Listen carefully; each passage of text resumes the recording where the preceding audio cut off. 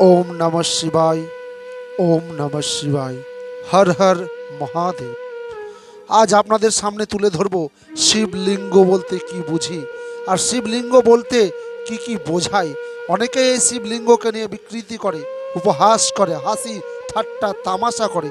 সত্যি কি শিবলিঙ্গ বলতে আমরা কোন লিঙ্গ বুঝি? লিঙ্গ বলতে আমরা কি বুঝি?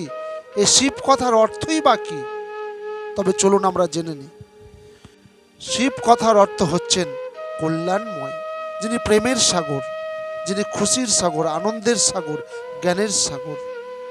শিব সত্যম শিবম সুন্দরম, ইনি পরমপিতা পরমাত্মা। সকল আত্মার পরমেশ্বর পরমাত্মা হলেন শিব। কিন্তু এই শিবকে নিয়ে ঠাট্টা করা হয়। আমরা জানি শিব কথার অর্থ মঙ্গলময়, কিন্তু শিব কথাটাকে একবার বিশ্লেষণ করুন তো কি হয়। শিব সব যোগ ইব, অর্থাৎ সব মানে দেহ আর ইব মানে আলাদা, অর্থাৎ দেহ থেকে যিনি সম্পূর্ণ আলাদা তিনিই শিব। ইনি চেতন, জ্যোতির্বিন্দু এবং তার নিজস্ব কোনো স্থূল অথবা সূক্ষ্ম শরীর নেই।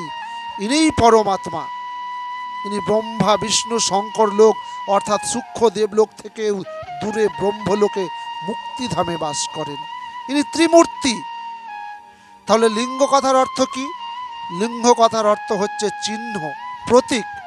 তাহলে এই যে শিবলিঙ্গ, লিঙ্গ মানে হচ্ছেন ইনি হলেন শিবের প্রতীক, পরম ব্রহ্মের প্রতীক, পরমেশ্বরের প্রতীক, অর্থাৎ পরমেশ্বরের অবয়ব, যিনি সাকার আকার আবার নিরাকার, যাকে এই সাধারণ চক্ষু দিয়ে দেখা যায় না, যাকে দেখতে হলে দিব্য দৃষ্টির প্রয়োজন।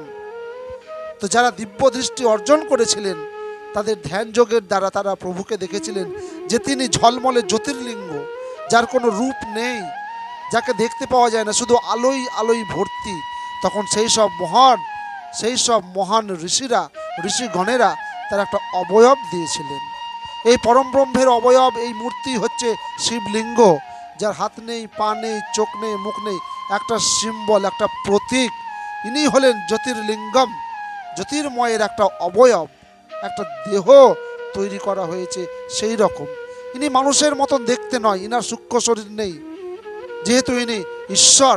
ইনি আকার সাকার আবার নিরাকার, তিনি আছেন আবার নেই।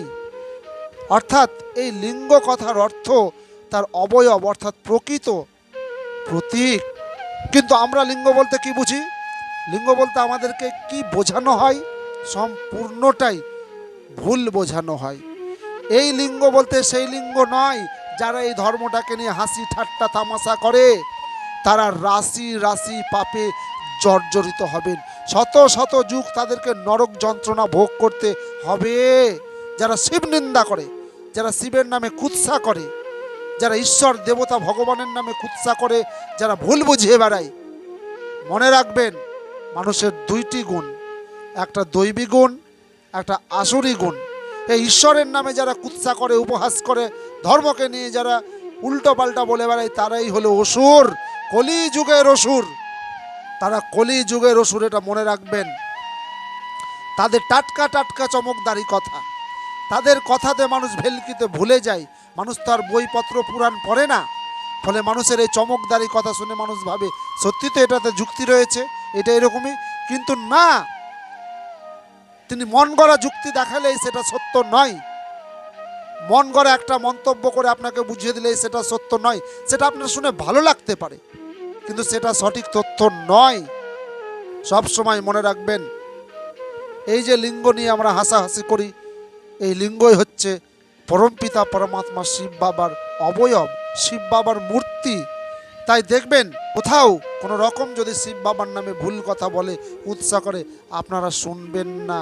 ওই শুনলেও আপনার পাপ, বললেও পাপ, পাপীর পাশে আপনি কোনো সময় থাকবেন না। তাহলে জানা হলো যে শিবলিঙ্গ আসলে যে লিঙ্গ বলে বোঝানো হয় সেই লিঙ্গ কিন্তু নয়। শিবলিঙ্গ পরমেশ্বর পরমপিতা পরমাত্মার মূর্তি। দিব্য দৃষ্টি দিয়ে তাকে ধ্যান যোগে দেখে শাস্ত্র অনুযায়ী তার একটি রূপ দেওয়া হয়েছে। তিনি সকলের পূজ্য, যাকে স্বয়ং শ্রী রামচন্দ্র পুজো করেছেন, তাই তার নাম রামেশ্বর। তিনি তিন লোক সৃষ্টির রচয়িতা, তাই তিনি ত্রিদেব, ত্রিমূর্তি। যাকে শ্রীকৃষ্ণ পুজো করেছেন, ভগবান শ্রীকৃষ্ণ পুজো করেছেন বলেই তার নাম গোপেশ্বর। এরকম বহু নাম পাবেন, বহু রহস্য আছে। একবার মনে মনে বলুন হর হর মহাদেব। আজ এ পর্যন্তই। যদি ভালো লেগে থাকে অবশ্যই চ্যানেলটি সাবস্ক্রাইব করে এই আধ্যাত্মিক জগতের সাথে থাকবেন।